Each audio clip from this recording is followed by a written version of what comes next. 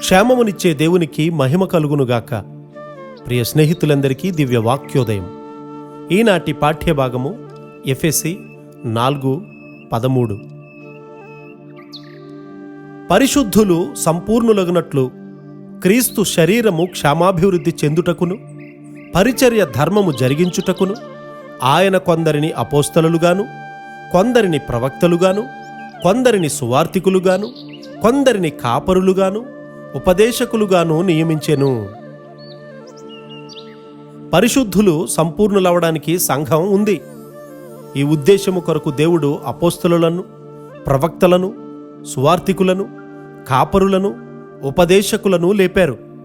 ఆత్మీయ జీవితంలో మనందరము ఒకరికొకరు సహాయం చేసుకోవాలి. మనలో సరి అయిన ఆత్మ లేకపోతే ఇతరుల యొక్క జయాన్ని చూసి మనము మరి ఎక్కువగా అసూయపడతాము. తిరిగి జన్మించినప్పుడు సంపాదించుకున్న దీనత్వాన్ని అనేక మంది పోగొట్టుకుంటూ ఉన్నారు. వారు ఇతరులపై ఆధిపత్యము చెలాయించాలనుకోవడం వల్ల వారిని దురాత్మ పట్టుకుంటుంది. మనకు ఇవ్వబడిన సత్యానికి మనం లోబడకపోతే దురాత్మలు మనలను పట్టుకునే అవకాశాలున్నాయి. జాగ్రత్త. గర్వాన్ని మనలోనికి రానిస్తే అక్కడ ఆ అపాయం ఉంటుంది.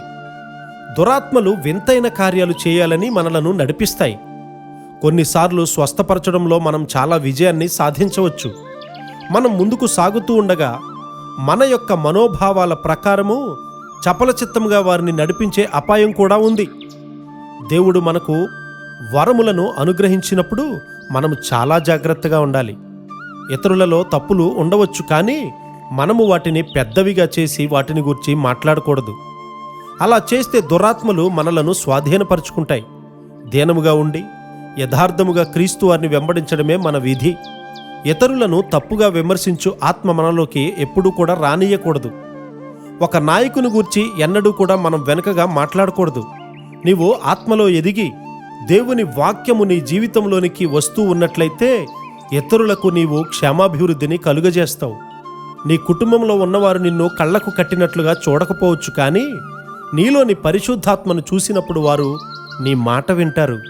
ఆత్మతోనూ సత్యముతోనూ దేవుణ్ణి ఆరాధించేవారే సంఘ సభ్యులు.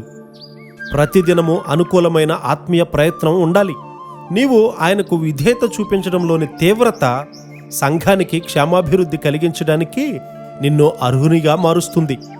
దేవుని వాక్యానికి లోబడి ఉండు. అంతేకాదు, దానిని ఉపయోగించు. తరువాత మిగిలిన ఆశీర్వాదాలు నిన్ను వెంబడిస్తాయి. క్రీస్తు వారి యొక్క ఆత్మ నిన్ను పట్టుకుంటే, ఓ క్రీస్తు, నీవే నా సమస్తము అనేదే నీ హృదయంలో మొర్ర అవుతుంది. సమస్తము సఫలపరిచే క్రీస్తు వారు మనందరినీ దీవించి ఆశీర్వదించునుగాక. ఆమెన్.